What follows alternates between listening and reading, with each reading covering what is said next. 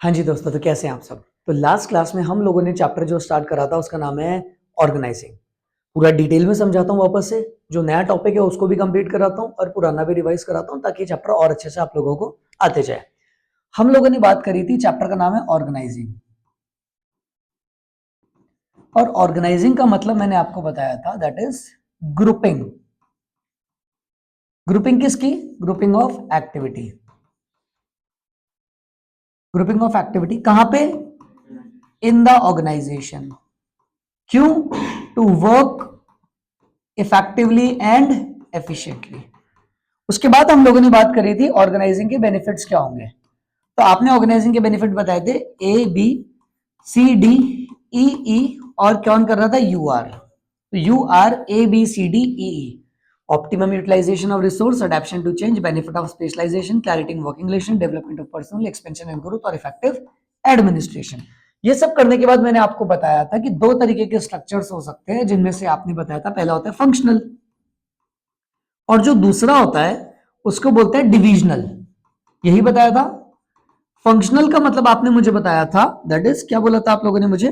Functional के basis पे आपने बोला था सर, जब भी हम काम के बेसिस पे, किसके बेसिस पे? काम के, और यहां पे बोला था प्रोडक्ट के बेसिस पे अगर डिवाइड करते हैं तो इनको बोला जाता है डिविजनल। तो फंक्शनल और डिविजनल। फंक्शनल के अंदर हमने बात करी थी जैसे सेल्स डिपार्टमेंट, जैसे परचेज डिपार्टमेंट, जैसे मैन्युफैक्चरिंग डिपार्टमेंट, जैसे स्टॉक डिपार्टमेंट, और यहाँ पे जैसे टॉफी, चॉकलेट, नमकीन, मेडिसिन, राशन, ये सारी चीजें।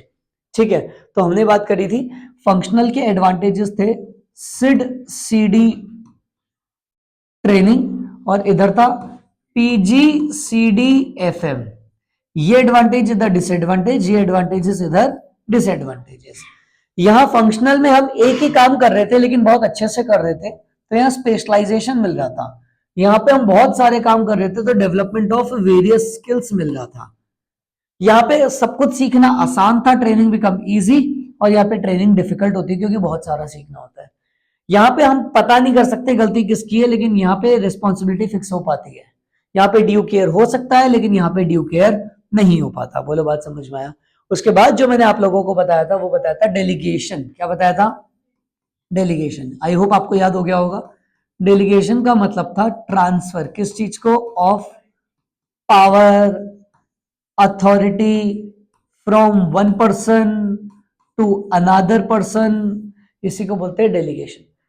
डेलीगेशन के एलिमेंट्स कितने थे? तीन: अथॉरिटी, रिस्पॉन्सिबिलिटी और अकाउंटेबिलिटी। यहां पे अपने उसके याद किए थे बेसिस, तो उसके बेसिस में अथॉरिटी, रिस्पॉन्सिबिलिटी और अकाउंटेबिलिटी हमने ऐसे कुछ याद किया था।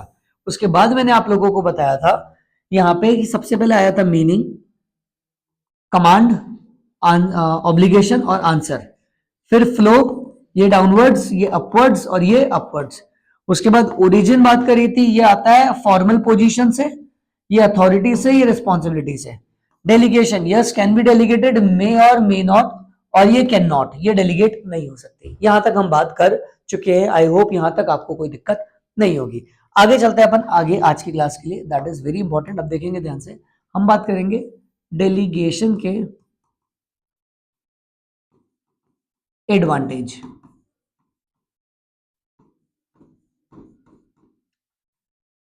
डेलीगेशन के एडवांटेजेस यानी कि डेलीगेशन के फायदे क्या क्या होते हैं, तो बड़े ही ध्यान से आप लोग सुनेंगे।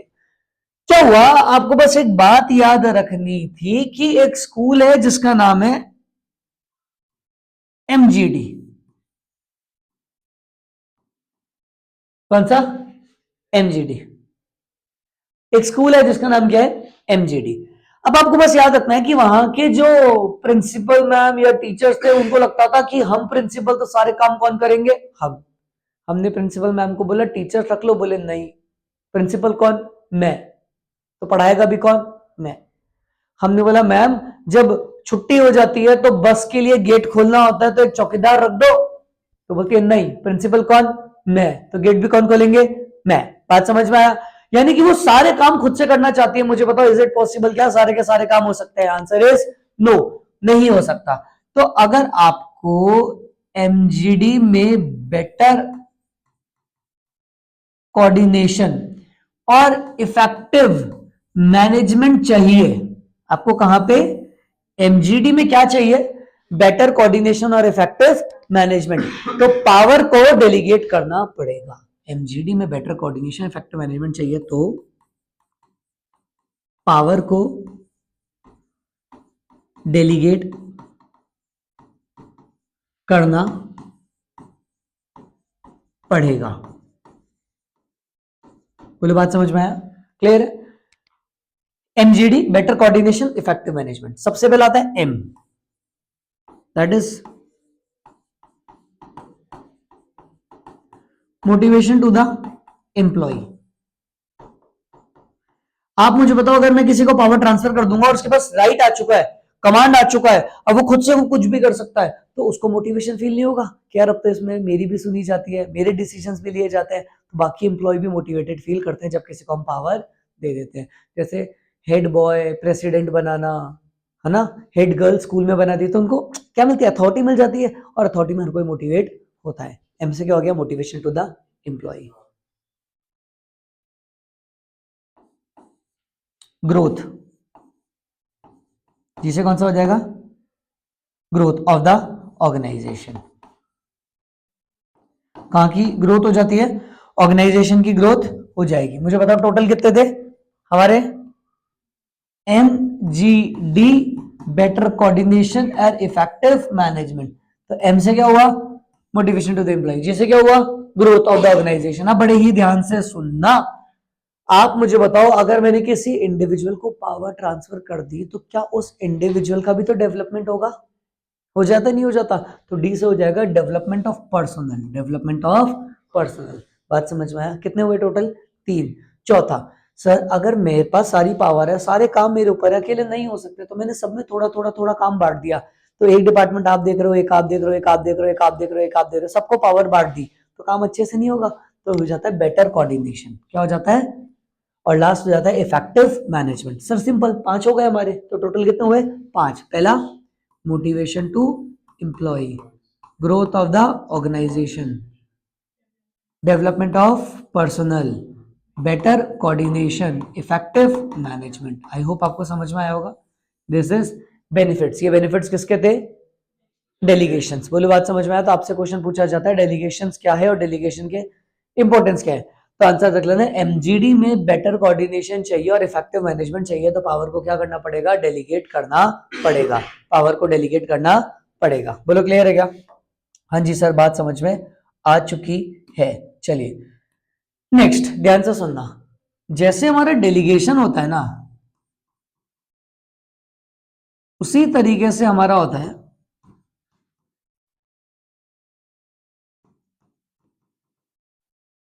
इन दोनों में फर्क समझना बहुत जरूरी है। एग्जाम में कई बार क्वेश्चन आता है डेलीगेशन और डिसेंट्रलाइजेशन में फर्क क्या है। बड़े ही ध्यान से सुनना। पर्सन 1 इसने अपनी पावर दे दी पर्सन 2 को। बोले, बात समझ में आया? एक ने अपनी पावर दूसरे को दे दी, इसको बोला जाता है क्या? डेलीगेशन। लेकिन डिसेंट्रलाइजेशन बोलता है कि डिसेंट्रलाइजेशन खुद में ही डेलीगेशन है। सर मतलब, बोले अगर पावर को सिस्टमैटिकली डेलीगेट कर दिया जाए, यानी कि इसी काम को कैसे कर दिया जाए? सिस्टमैटिकली डेलीगेट कर दिया जाए पावर को throughout the organization, throughout the organization, तो उसको बोला जाता है डिसेंट्रलाइजेशन। जैसे कि टॉप लेवल के सारे लोगों ने अपनी पावर किसको दे दी? मिडिल को दे दी। मिडिल वालों ने अपनी पावर लोअर को दे दी, एंड सो ऑन। पूरे ऑर्गेनाइजेशन में पावर का ट्रांसफर हुआ है, तो इसको क्या बोला जाता है? डिसेंट्रलाइजेशन। बोलो, बात समझ में आया?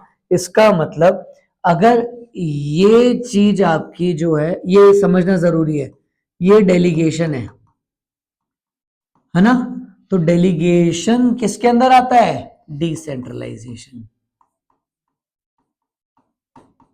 ये चीज आप लोगों को सीखना बहुत जरूरी है।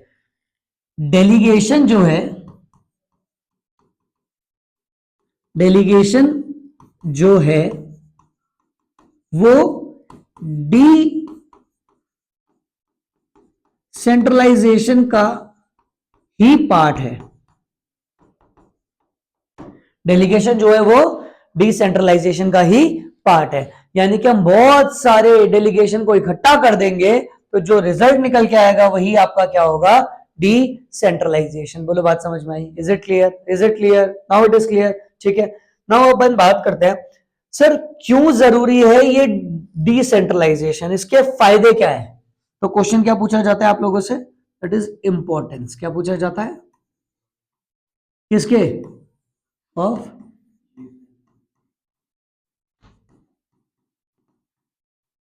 डिसेंट्रलाइजेशन के फायदे क्या है। किसके फायदे, डिसेंट्रलाइजेशन के फायदे क्या है। तो बड़े ही ध्यान से आप लोग इसको सुनना स्टार्ट करोगे। डिसेंट्रलाइजेशन के बेनिफिट्स आपको याद रखना है कि आपको ऑर्गेनाइजेशन में क्या चाहिए, ग्रोथ चाहिए। क्या चाहिए, क्या चाहिए, ग्रोथ। तो अगर आपको ग्रोथ चाहिए तो आपको क्विकली रिड लेना होगा। रिड का मतलब पता है क्या होता है, छुटकारा। अगर आपको ग्रोथ चाहिए तो क्विकली रिड लेना पड़ेगा, किससे, सेंट्रलाइजेशन। सेंट्रलाइजेशन का मतलब क्या था, सारी बातें अपने तक रखना। डिसेंट्रलाइजेशन सारी बातें सबको बता देना। तो अगर आप सारी बातें खुद तक ही रखोगे तो कभी ग्रोथ नहीं मिलेगी, आपको पावर पूरे ऑर्गेनाइजेशन में ट्रांसफर करनी ही पड़ेगी। तो आंसर कैसे आ सकेंगे, अगर आपको बिजनेस में क्या चाहिए, ग्रोथ चाहिए, तो क्या ले लो, क्विक रिड, जल्दी से छुटकारा ले लो। किस चीज से, सेंट्रलाइजेशन से। किससे ले लो जल्दी से छुटकारा, सेंट्रलाइजेशन से। बोलो बात समझ में आया? ठीक है, तो growth quick rid, growth quick rid. Advantages क्या डिसेंट्रलाइजेशन के, ग्रोथ क्विक रिड। पहला पॉइंट तो आपको दिख ही रहा होगा, दैट इज कौन सा है, ग्रोथ ऑफ द ऑर्गेनाइजेशन। बोलो बात समझ में आया, ग्रोथ ऑफ द ऑर्गेनाइजेशन। उसके बाद आ जाता है quick decision making. Quick decision थोड़े जल्दी बन जाते हैं, डिसीजन थोड़े जल्दी बन जाते हैं क्योंकि अब आपने काम को क्या कर दिया, बांट दिया गया है। तो जब भी आप काम को बांट देते हो तो डिसीजन थोड़े जल्दी हो जाएंगे। बोले बात समझ में, सारा काम मेरे ऊपर है, टॉप लेवल के पास है, लेकिन अब मैंने काम को बांट दिया आगे की तरफ, तो अब डिसीजन किनको लेना है, बाकियों को लेना है, मेरे को छुटकारा मिल गया। तो आर से हो जाता है रिलीफ, किसको, टू टॉप लेवल मैनेजमेंट। बोलो बात समझ में आया, टॉप लेवल मैनेजमेंट को रिलीफ मिल जाता है। तो आर से कौन सा हो जाएगा, relief to top level management. Growth quick rid, growth quick rid, growth quick rid, growth quick rid, growth of the quick decision making, relief to top level management, relief to. अब मैंने आपको power दे दी, तब decision कौन लोगे, आप लोग। Thinking कौन करोगे, आप लोग। सोचेगा कौन, आप लोग। आइडिया किसको आएंगे, आप लोगों को। तो आप लोगों के क्या होगा, इनोवेटिव आइडिया, इनोवेशन आप लोगों में आएगा। तो increase innovation among the subordinates. क्या हो जाएगा, इंक्रीज, ऐसे कौन सा हो जाएगा, इनोवेटिव आइडियाज अमंग सबऑर्डिनेट्स। बात समझ में आया, इनोवेटिव आइडियाज अमंग सबऑर्डिनेट्स। या फिर इनिशिएटिव लेंगे वो लोग, तो increase initiative among the, increase initiative among the subordinates. हर कोई अपने आप काम करने आगे आएगा। बोलो बात समझ में आया, क्लियर है। Growth quick rid, growth quick rid. और क्या हो जाएगा, development of managerial skills for future, development of managerial skills for future. Future के लिए मैनेजर आपके पास तैयार होते जाएंगे। और इसको हम बोल सकते हैं डेवलपमेंट ऑफ पर्सनल, आप कुछ भी बोल सकते हो। बोलो बात समझ में आया, यानी कि आपका आंसर क्या बनेगा, ग्रोथ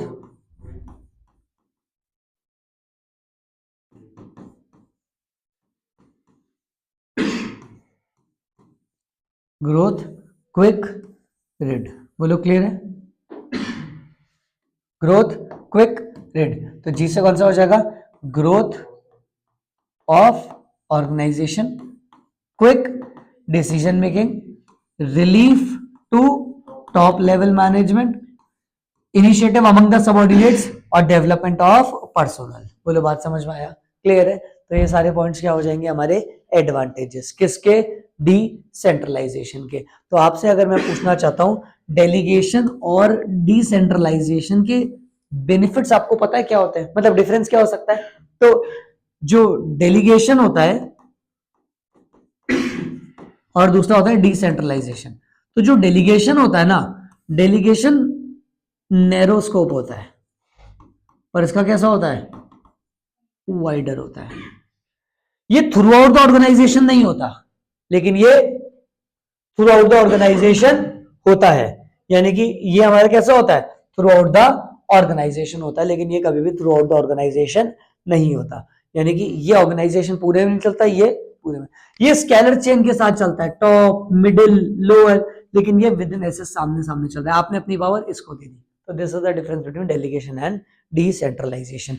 आई होप आप लोगों को समझ में आया होगा, क्लियर है। यानी कि इस चैप्टर के अंदर हमारे पास बस एक ही टॉपिक बचा हुआ है, दैट इज कौन सा, फॉर्मल एंड इनफॉर्मल स्ट्रक्चर। बोलो क्लियर है। इसके अलावा सारी चीजें हम कर चुके हैं और आई होप आपको इस बार सारी चीजें अच्छे से समझ आ गई होगी। अगर मैं आपको इसका फ्लो चार्ट बना कर दूं कि हमें क्या पढ़ना था, कैसे पढ़ना था और क्या करना था, तो आप देखो इस तरीके से था। चैप्टर का नाम बोलो, ऑर्गेनाइजिंग। सबसे पहले हमने इसके बारे में पढ़ा, दैट इज क्या, मीनिंग। क्या पढ़ा, मीनिंग के अंदर हमने लाइन क्या लिखी, ग्रुपिंग ऑफ एक्टिविटी। क्या लिखी, grouping of activity, grouping of activity, यही लिखा। उसके बाद हमने क्या पढ़े थे इसके, एडवांटेजेस। क्या पढ़े इसके, एडवांटेजेस। और एडवांटेजेस क्या पढ़े थे हमने इसके, सर एडवांटेजेस थे U R A B C D E E, याद है। ए से था आपका adaption to change, benefit of specialisation, clarity in working relation, development of personal, expansion and growth, effective administration और ऑप्टिमम यूटिलाइजेशन ऑफ रिसोर्सेज। उसके बाद जो अपन ने पढ़ना स्टार्ट किया था वो थे दो तरीके के स्ट्रक्चर, और ये दो स्ट्रक्चर कौन कौन से थे, पहला था फंक्शनल और दूसरा आ जाता है हमारा डिविजनल। पहला था फंक्शनल और दूसरा डिविजनल, फंक्शनल और डिविजनल। फिर हमने बात करी थी फंक्शनल के क्या एडवांटेजेस थे। फंक्शनल का मतलब होता है काम के बेसिस पे और डिविजनल प्रोडक्ट के बेसिस पे। तो इसके एडवांटेजेस और इसके डिसएडवांटेजेस, इसके एडवांटेजेस और इसके डिसएडवांटेजेस। और ये हमने कैसे सीखे थे, सिड CD training, PG CD FM, ये एडवांटेज इधर डिसएडवांटेज, ये एडवांटेज इधर डिसएडवांटेज, इसी तरीके से कुछ करा था। उसके बाद जो हम लोगों ने पढ़ना स्टार्ट किया था वो था डेलीगेशन। तो डेलीगेशन की हमने बात करी थी पावर को ट्रांसफर करना। क्या बात करी थी, पावर को ट्रांसफर करने को ही क्या बोला जाता है, पावर को ट्रांसफर करना। फिर हमने इसके क्या पढ़े थे, एडवांटेजेस। क्या थे इसके एडवांटेजेस, किसी को याद है, हाँ सर बिल्कुल याद है। हमने इसके आगे थे एमजीडी में बेटर कोऑर्डिनेशन और effective management, motivation to the employ, growth, development of personal, better coordination, effective management. और फिर हमने एक बात करी थी इसके एलिमेंट्स, डेलीगेशन की हमने बात क्या करी थी, यहां लिख देते हैं, डेलीगेशन के क्या बात करी थी, डेलीगेशन के एलिमेंट। तो कितने एलिमेंट थे डेलीगेशन के, अथॉरिटी, रेस्पॉन्सिबिलिटी और इसके अंदर हमने कितनी बातें देखी थी, तीन। मीनिंग देखा था, ओरिजिन, फ्लो और डेलीगेशन, ये चार देखे थे। मीनिंग में था पावर ट्रांसफर करना, ऑब्लिगेशन, आंसरेबिलिटी, अथॉरिटी से आता है, ये आता है फॉर्मल पोजीशन, अथॉरिटी से responsibility, downwards, upwards, upwards, delegate, may और मे नॉट, कैन नॉट, ऐसे करा था हमने। फिर हमने एक और टॉपिक पढ़ा था और वो था डिसेंट्रलाइजेशन। कौन सा था, और डिसेंट्रलाइजेशन के हमने क्या देखे, डिसेंट्रलाइजेशन के हम लोगों ने देखे एडवांटेजेस। क्या देखे, डिसेंट्रलाइजेशन के एडवांटेजेस। तो डिसेंट्रलाइजेशन के जो हमने एडवांटेजेस देखे वो एडवांटेजेस क्या थे, डिसेंट्रलाइजेशन के जो एडवांटेजेस थे वो था, अगर आपको ग्रोथ चाहिए, क्या चाहिए, तो क्विकली क्या ले लो, रिड ले लो, किससे, सेंट्रलाइजेशन से। तो growth of the organization, quick decision making, relief to top level management, और उसके बाद कौन सा हो जाएगा, innovative ideas among the subordinates, और डेवलपमेंट ऑफ पर्सनल या फिर development of future managerial skills. बोलो बात समझ में आया? यहाँ पे हमने बात करके ये रहा हमारा का पूरा कौन सा, दिस इज होल चैप्टर 5 है ना। बस एक दो टॉपिक और रह गए, कौन कौन से, ये to be discuss, formal versus informal and organizing के स्टेप्स। बस ये दो चीजें हैं, उसके अलावा पूरा चैप्टर आपके हाथ में है। ना मुझे बुक यूज करने की जरूरत पड़े ना आप लोगों को पड़े, इस तरीके से आप कर लोगे तो कभी आपको दिक्कत नहीं आएगी। ठीक है, मिलते हैं अगली क्लास में।